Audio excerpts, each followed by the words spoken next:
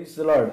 ప్రభువైన యేసు క్రీస్తు నామం పేరిట మీ అందరికి నా ప్రత్యేకమైన వందనాలు. అనేక సార్లు కొన్ని వీడియోస్ చూస్తున్నప్పుడు దాంట్లో మనకి చాలా ఆశ్చర్యం వేస్తూ ఉంటది. పెద్ద పెద్ద ఎలిఫెంట్స్ ని చిన్న చిన్న చైన్స్ తో బంధించి ఉంటున్నారు. మనకు అర్థం కాదు ఎందుకు ఇంత చిన్న చైన్ ని ఇంత పెద్ద ఎలిఫెంట్ తెంచలేకపోతుంది, లేదంటే దాన్ని విడిపించుకొని వెళ్ళలేకపోతుందని మనకు అర్థం కాదు. అయితే నిజానికి వాటి యొక్క మనస్తత్వం అటు విధంగా ట్రైన్ చేయబడింది. చిన్నప్పటి నుంచి అదే చైన్ తో కట్టబడి పెద్ద అయిన తర్వాత ఆ చైన్ తెంపే శక్తి దానికి ఉన్న, నేను తెంచలేనను అక్కడే నిలబడతా ఉంటాను. మన జీవితంలో కూడా అనేక సార్లు ఇటు విధంగానే కొన్ని పాపాల విషయంలో, కొన్ని వ్యసనాల విషయంలో ఈ క్రీస్తు మనకి స్వతంత్రత ఇచ్చినప్పటికీ, ఆ స్వేచ్ఛను ఇచ్చినప్పటికీ, శక్తిని ఇచ్చినప్పటికీ దాన్ని మనము సద్వినియోగం చేసుకున్న వారంగా మనం ఉంటున్నాం. గలతీయులకు రాసిన పత్రిక 5వ అధ్యాయం 1వ వచనంలో ఇటు విధంగా రాయబడుతుంది, క్రీస్తు మనలను స్వతంత్రులుగా చేసినాడు కాబట్టి మీరు స్థిరంగా నిలిచి మరలా దాస్యమను కాడి క్రింద చిక్కుకొనకూడదు. ఈ రోజు దేని చేత మీరు బంధించబడి ఉన్నారు, దేని క్రింద మీరు ఉన్నారు గమనించండి, గ్రహించుకోండి. దానిని జయించే శక్తి క్రీస్తు మనకి ఇచ్చి ఉన్నారని, ఆయన శిలువ ద్వారా,